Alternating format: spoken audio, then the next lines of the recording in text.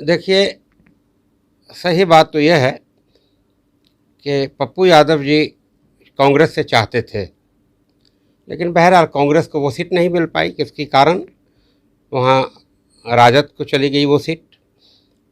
तो चूँकि उस कमिश्नरी में, पूर्णिया कमिश्नरी में 4 पार्लियामेंट्री सीट है, तो 2 कांग्रेस को जानी थी, 2 राजद को जानी थी। तो पहले से जीते हुए हैं कांग्रेस के जावेद साहब किशनगंज से, एक वो सीट उनको रह गई, और एक दूसरी सीट चूँकि पहले थी कि पूर्णिया मिलेगा कांग्रेस को, लेकिन कांग्रेस को नहीं देकर ये दे दिया गया, क्या कहते हैं, कटिहार। तो कटिहार जब कांग्रेस को दे दिया गया और वहाँ राजद ने ले लिया, तो ये नुकसान हो गया वहाँ के लोगों का। नमस्कार, आपके साथ में रोहित कुमार, आप न्यूज फॉर नेशन पर। बिहार में सियासी संग्राम जो है वो छिड़ा हुआ है। तेजस्वी यादव, मुकेश सहनी जैसे बड़े नेता बिहार में एक तरफ जहां मोर्चा संभाले हुए हैं, तो लालू यादव जो है राबड़ी आवास पर बैठ करके ही तमाम रणनीति को सेट कर रहे हैं। एक तरफ जहां एनडीए ताल ठोक रहा है कि अब की बार बिहार की 40 सीटें जो हैं वो जीतने का दावा कर रही, तो दूसरी तरफ महागठबंधन में हुंकार भर रहा है और ये कह रहा है कि इस बार जो नतीजे आएंगे वो चौंकाने वाले होंगे। लालू यादव ने अभी हाल ही में जो है तमाम सीटों पर अपने प्रत्याशी के नाम का ऐलान किया। दरअसल महागठबंधन को बिहार में 40 जो सीटें मिली, अगर उन सीटों को बाइफरकेट करें तो उसमें से तेजस्वी यादव को कुल 26 सीटें दी गई थी, जो कांग्रेस है उसको 9, और जो लेफ्ट की 3 पार्टियां हैं सीपीआई, सीपीएम और सीपीआई-एमएल, इनको जो है 5 सीटें दी गई हैं। बड़ी बात यह है कि मुकेश सहनी आखिरी वक्त में महागठबंधन का हिस्सा हुए, और जब मुकेश सहनी आए तो तेजस्वी यादव ने अपने हिस्से की 3 सीटें जो हैं वो दे दी मुकेश सहनी को, जिसमें से जिसको आप मोतिहारी हम लोग कहते हैं, मोतिहारी सीट दी, गोपालगंज और झंझारपुर, ये 3 सीटें जो है मुकेश सहनी की पार्टी वीआईपी को तेजस्वी यादव ने अपने कोटे से दी हैं। लेकिन मसला क्या है आज, चर्चा किस बात पे कर रहे हैं? चर्चा इस बात पे कि लालू यादव ने हिम्मत दिखा करके सबसे पहले कांग्रेस को औकात दिखाई बिहार के अंदर में, लगभग आधे सीटों पर जो है प्रत्याशियों को सिंबल अलॉट कर दिया, और उसके बाद कांग्रेस को जो है बात की टेबल पर लेकर के आए और वहां पर उनसे बात की, और उनको पिछले बार के मुकाबले सीटें कम करके सिर्फ 9 सीटें दी, और कांग्रेस उस पर राजी है। बिहार में चुनाव लड़ने की तैयारी कर रही है। 3 पर जो नाम का ऐलान हुआ है, और बाकी 6 सीटों पर कौन प्रत्याशियों का, उस पर अंतिम राउंड की बैठक हो रही है। पहली बार लालू यादव ने कांग्रेस को जो है इन चुनावों में पहले औकात दिखाई, उसके बाद अब आते हैं तो एक एक करके जो है तेजस्वी यादव और लालू यादव ने तमाम सीटों पर जिन नामों का ऐलान किया, उसके बाद एक लिस्ट जारी हुई अचानक से 2 दिन पहले, करीब 48 घंटे आप पहले मान के चलिए। उस लिस्ट में जो है तेजस्वी यादव और लालू यादव ने बिहार की अपने हिस्से की बची, क्योंकि 26 सीटें पहले थी, उसमें से 3 मुकेश सहनी को चली गई, तो बच जाती हैं कुल 23 सीट, और उसमें से एक सीट को छोड़ करके 22 पर प्रत्याशी के नाम का ऐलान किया। अब वो जो सीट छोड़ दी वो सीट है सिवान की। सिवान सीट क्यों छोड़ दी लालू यादव ने? क्या उनको इस बात का डर है कि इस बार का जो इस बार जो चुनाव होने जा रहे हैं उस बार में उनका खेल बिगड़ रहा है?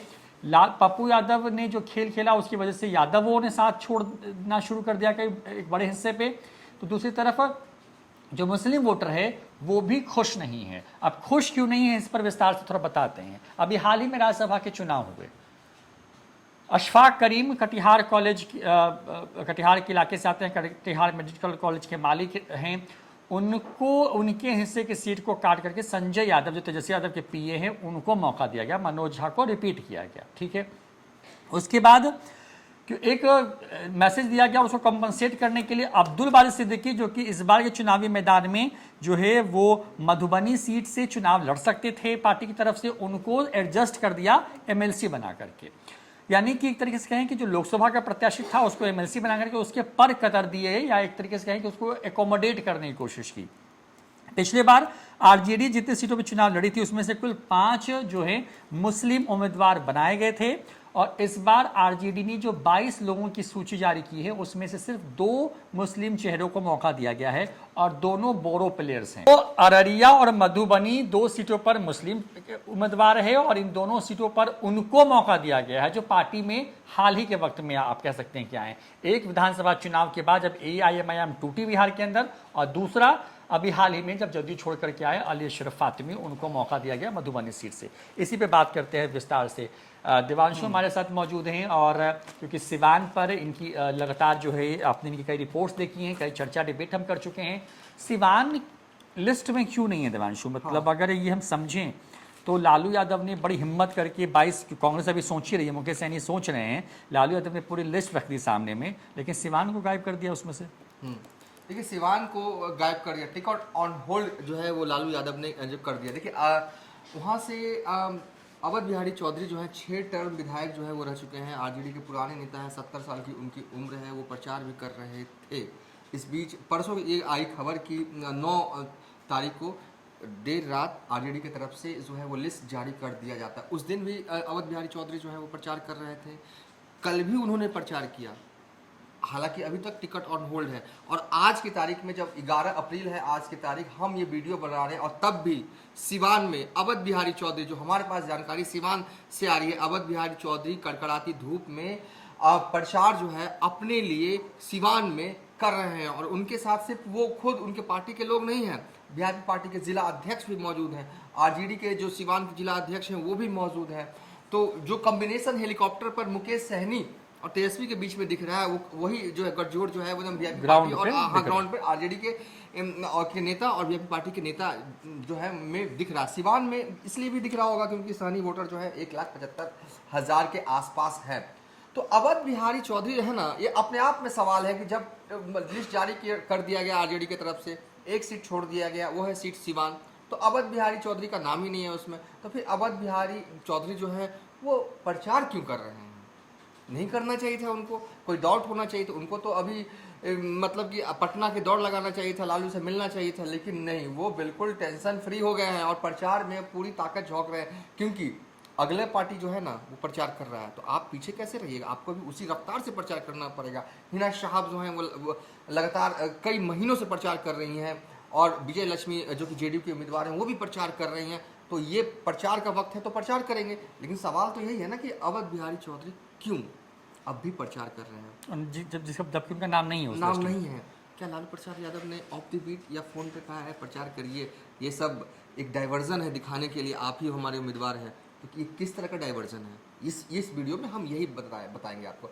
दरअसल हुआ यूं कि एक निर्दलीय उम्मीदवार हैं जीवन यादव, उन्होंने ऐलान किया है सिवान में, वो बड़े बिजनेसमैन है, गोरखपुर में उनका ज़मीन से के कारोबारी भी हैं, और कहा था कि सिवान में 3rd 4th में मतलब उनकी गिनती होती है, वो चुनाव लड़ेंगे, वो उन्होंने ऐलान कर दिया। एक खबर सब जगह फैली, लालू यादव तक भी फैली।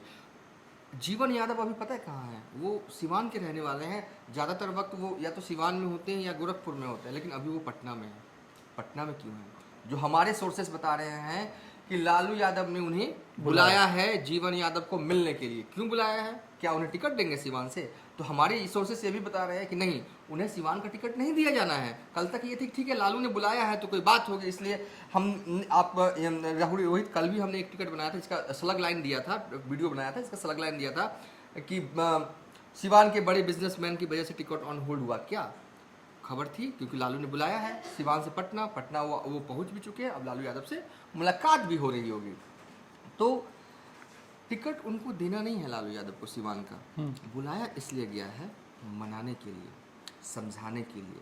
लालू यादव का ये स्टाइल है और कई बड़े नेताओं का यही स्टाइल होता है कि आप लोकसभा चुनाव मत लड़िए, आरजेडी जो है आपका ख्याल विधानसभा में रखेगी, हम आपको जो है वो प्रत्याशी जो है वो बनाएंगे। क्योंकि ये इतने बड़े शख्स हैं जीवन यादव कि टर्नअप करवा सकते हैं, खेल तो किसी का बिगाड़ेंगे ही बनाएंगे, और या तो किसी का बनाएंगे, क्योंकि इस भूमिका में ये ज़रूर रहने वाले हैं सिवान में। अगर इन्होंने जो कहा है कि लड़ेंगे और वो कर दिया ना, क्योंकि खुद यादव समाज से आते हैं, तो यादव वोट बैंक में बड़ी सुनवारी हो जाएगी अगर ये निर्दलीय लड़ते हैं तो। लालू यादव भी अच्छी तरीके से जानते हैं। बहरहाल लालू यादव ने जीवन यादव को बुलाया है, सोर्सेज बता रहे हैं, और उनसे इस तरह की बातें हुई कि आप चुनाव ना लड़िए। तो फिर लड़ेगा कौन? फिर टिकट ऑन होल्ड क्यों हुआ?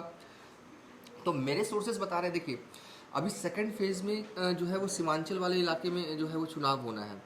सेकेंड फेज़ यानी कि 26 अप्रैल को चुनाव होना है। वक्त ज़्यादा बचा नहीं है, आज तारीख है 11 अप्रैल, ठीक है, और 9 अप्रैल को ये जो है लिस्ट जारी कर दिया गया। तो ये मुझे यहाँ से लगता है, और जो मैंने सिवान फ़ोन घुमाया और कई लोगों को फ़ोन घुमाया, सीनियर जर्नलिस्ट को भी हमने बातचीत की, तो उसका मजमून ये रहा ना कि लालू यादव अच्छी तरीके से जानते हैं कि जिस तरीके से इस लोकसभा चुनाव में उन्होंने अपनी पार्टी की तरफ से सिर्फ दो ही, आपने भी जिक्र किया कि दो ही मुस्लिम उम्मीदवार हैं, ठीक है, अली अशरफ फातमी और शहनवाज आलम। हाँ, शहनवाज आलम। तो कहीं ना कहीं मुसलमानों में मैसेज तो निगेटिव गया है, लेकिन मुसलमानों की मजबूरी है, क्या करे, एनडीए को वोट दे दे, क्या होगा नहीं। मुसलमानों की मजबूरी है कि वो महागठबंधन को ही वोट करेगा, हाँ। लालू यादव भी ये जानते हैं। और अगर हिना साहब के खिलाफ अब भी वो उतार देते हैं उम्मीदवार, तो हो सकता है कि इसका नेगेटिव इम्पैक्ट जो है वो सीमांचल वाले इलाके में पड़ सकता है, जहाँ पे दूसरे और तीसरे चरण में वोटिंग है। और हाँ, और दूसरे चरण में जो है वहाँ पर वोटिंग की 26 अप्रैल को किशनगंज में चुनाव है, पूर्णिया में चुनाव है, कटिहार में चुनाव है, भागलपुर में चुनाव है और बांका में चुनाव है, ठीक है। इन कुल 5 सीट पर चुनाव है 26 अप्रैल को, जिसमें कि 3 सीट जो है वो कांग्रेस के पास है। किशनगंज से कांग्रेस के उम्मीदवार मोहम्मद जावेद हैं, पूर्णिया से बीमा भारती हैं, आरजेडी की उम्मीदवार है, लेकिन कटिहार तो जो है वो तारिक अनवर कांग्रेस की है, भागलपुर भी कांग्रेस है। इन 5 सीटों में सिर्फ पूर्णिया और बांका ही है, लेकिन बात बांका की नहीं है। बात है कि मुसलमानों में अगर नेगेटिव इम्पैक्ट गया, अब भी हिना साहब के खिलाफ कोई उम्मीदवार उतारते हैं, तो लालू ये भी नहीं चाहते, क्यों ऐसा करें। थोड़ा ठीक है, हम अपने उम्मीदवार को कह देते हैं कि आप प्रचार कीजिए, ऐलान बाद में कर दिया जाएगा। काम तो कर रहे हैं ना अवध बिहारी चौधरी, घर में तो बैठे हुए नहीं है। जिस तरीके से हिना शाह प्रचार कर रही है, जिस तरीके से जेडीयू के लिए विजय लक्ष्मी प्रचार कर रही है, उसी तरीके से, ठीक उसी तरीके से कड़ी धूप में विजुअल्स में, ये देखिए, ये विजुअल्स जो हम आपको पैच कर रहे हैं वो थोड़ा 1-2 दिन पुराना है, लेकिन देखिए धूप में अवध बिहारी चौधरी प्रचार करते हुए घूम रहे हैं, और आज भी इसी अंदाज में घूम रहे होंगे। और बीजेपी पार्टी के जिला अध्यक्ष भी मौजूद जो है वो है। तो सिवान में त्रिकोणीय मुकाबला होने की आशंका है, और तीनों प्रत्याशी जो है, एक तरफ एनडीए की उम्मीदवार विजय लक्ष्मी, दूसरी तरफ आरजेडी के संभावित उम्मीदवार अवध बिहारी चौधरी, पूर्व विधानसभा के अध्यक्ष, बिहार विधानसभा के अध्यक्ष और 6 टर्म विधायक रह चुके हैं। और तीसरी तरफ हिना शाह, जिनका जो एक तरह से कह सकते हैं सिवान में नाता जो है 1996 से जुड़ा, उनके पति 4 बार जो है वो एमपी रहते हैं, 1996, 1998 और 2004 में भी जो है वो एमपी रहते हैं। हालांकि हिना शाह 3 बार चुनाव हार जाती है, और 99 में भी शहाबुद्दीन जो है वो एमपी रहते हैं, ठीक है। तो मैं कह रहा हूँ कि ये हो सकता है, ठीक है, कि लालू यादव ने सोचा कि अभी नहीं उतारते हैं, कैंडिडेट का नाम नहीं देते हैं, जब सेकंड फेज का चुनाव हो जाए, यानी कि पूर्णिया, किशनगंज, कटिहार, 26 अप्रैल, हाँ 26 अप्रैल दूसरा राउंड, उसके बाद या उस दिन शाम में अनाउंस कर दिया जाएगा। देखिए, ये जो सिवान वाला इलाका है ना, वो इलाका मतलब कि महाराजगंज से सटा हुआ है, सारण से भी सटा हुआ है, गोपालगंज से भी सटा हुआ है, आरजेडी का गढ़ वाला, हाँ, जहाँ पे वो तोड़ने की कोशिश कर रहे हैं बीजेपी। सिवान में लालू यादव फूक का कदम रख रहे हैं, क्योंकि कुछ भी डिसीजन उनकी तरफ से होगा उसका इम्पैक्ट इन सब सीटों पर होना है, और सारण से उनकी बेटी चुनाव लड़ रही है, ये भी पॉइंट टू बी नोटेड है यहाँ पे, ठीक है। तो हो सकता है, कंक्लूजन में ये कहूँगा, हो सकता है कि लालू यादव जो है वो 26 अप्रैल की शाम या 27 अप्रैल तक जो है वो ऐलान करे कि कौन जो है वो सिवान से चुनाव लड़ेगा। जो है लालू यादव का पप्पू यादव का है, क्योंकि पप्पू यादव 26 तारीख के बाद फ्री हो जाएंगे, और वो डैमेज कर चुके हैं, मतलब उस इलाके में बड़े हद तक। हाँ, और एक डर जो लालू यादव का AIMIM का भी है, ठीक है। AIMIM ने सिवान में उम्मीदवार नहीं दिया। मुस्लिम की इतनी आबादी है, 3.5 लाख के करीब है, मतलब सिवान में वो तो सिर्फ एक ही सीट पे लड़ रही है, उसने तो मतलब बाकी जगहों पे मतलब साइलेंट ही है इस बार, साइलेंटली है। और नहीं, और साइलेंट तो है ही है।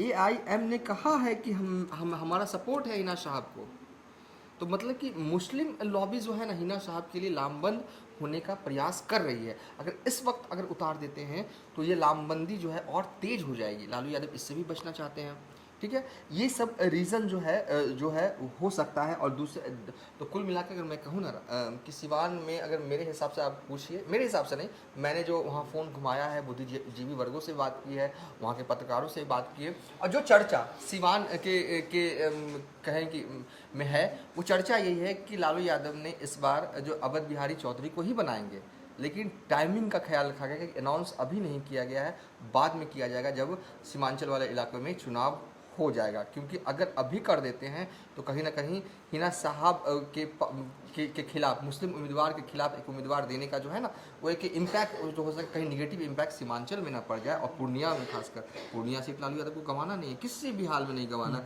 हर वो चीज़ लालू यादव करेंगे पूर्णिया सीट को बचाने के लिए। ये एक हो सकता है स्ट्रैटेजी जो यहाँ से दिख रहा है, ठीक है। और मैंने कई लोगों से बात की, क्या मैंने पूछा कि क्या अवध बिहारी चौधरी चेंज हो सकते, क्या कोई नया उम्मीदवार चेंज हो सकता, सबका यही जवाब था नहीं। अवध बिहारी चौधरी जो है वो अपने लोगों को, सबों को क्षेत्र में यही कह रहे हैं, टिकट उन्हें मिल गया है, अभी भी कह रहे हैं, तो प्रचार ही कर रहे हैं, तो जाहिर तौर पर तो अवध बिहारी चौधरी ही उम्मीदवार होंगे सीवान से। बस फर्क इतना है कि टाइमिंग का ख्याल स्ट्रैटेजी के तहत लालू प्रसाद यादव की तरफ से रखा गया है। तो देखिए, तो यही इस चर्चा का है कि जो 23 सीटें तेजस्वी यादव की आरजेडी की और लालू यादव की आरजेडी के पास बची हुई हैं, उसमें से सिर्फ 22 के नामों का ऐलान क्यों हुआ, सिवान सीट ऑन होल्ड क्यों है, तो यही निकल के सामने आ रहा है। क्योंकि लालू यादव को और तेजस्वी यादव को इस बात का डर है कि अगर मुसलमान कैंडिडेट के खिलाफ अगर कोई दूसरा अवध बिहारी चौधरी या कोई और अगर उतरता है वहाँ मैदान में, तो उसका एक बड़ा असर न सिर्फ आसपास की लोकसभा सीटें जिसमें से महाराजगंज, सारण, गोपालगंज, सिवान जैसी सीटों पर पड़ेगा, बल्कि इसका एक बड़ा असर वहां पड़ सकता है जहां पर पप्पू यादव की वजह से पूर्णिया और जो सीमांचल का पूरा इलाका है या फिर जो कोसी का इलाका है जहां पर एक बड़ा डैमेज हो चुका है, वहां पर एक निगेटिव तरीके से कहे कि ये रोहित जी 7 लाख मुस्लिम है, 7 लाख। हाँ, वही मैं कह रहा हूँ कि तो अगर ऐसा होता है तो इसका एक बड़ा असर पड़ सकता है। और लालू यादव ये बिल्कुल नहीं चाहते हैं कि इन चुनावों में चुनावी नतीजे जो भी हों, अगर साल 2019 से बेहतर आते हैं तो आरजेडी गेनिंग पोजीशन में होगी, अगर खराब आते हैं तो फिर आरजेडी के पास कुछ खोने के लिए था नहीं, तो पाने के लिए वाली स्थिति भी नहीं होगी।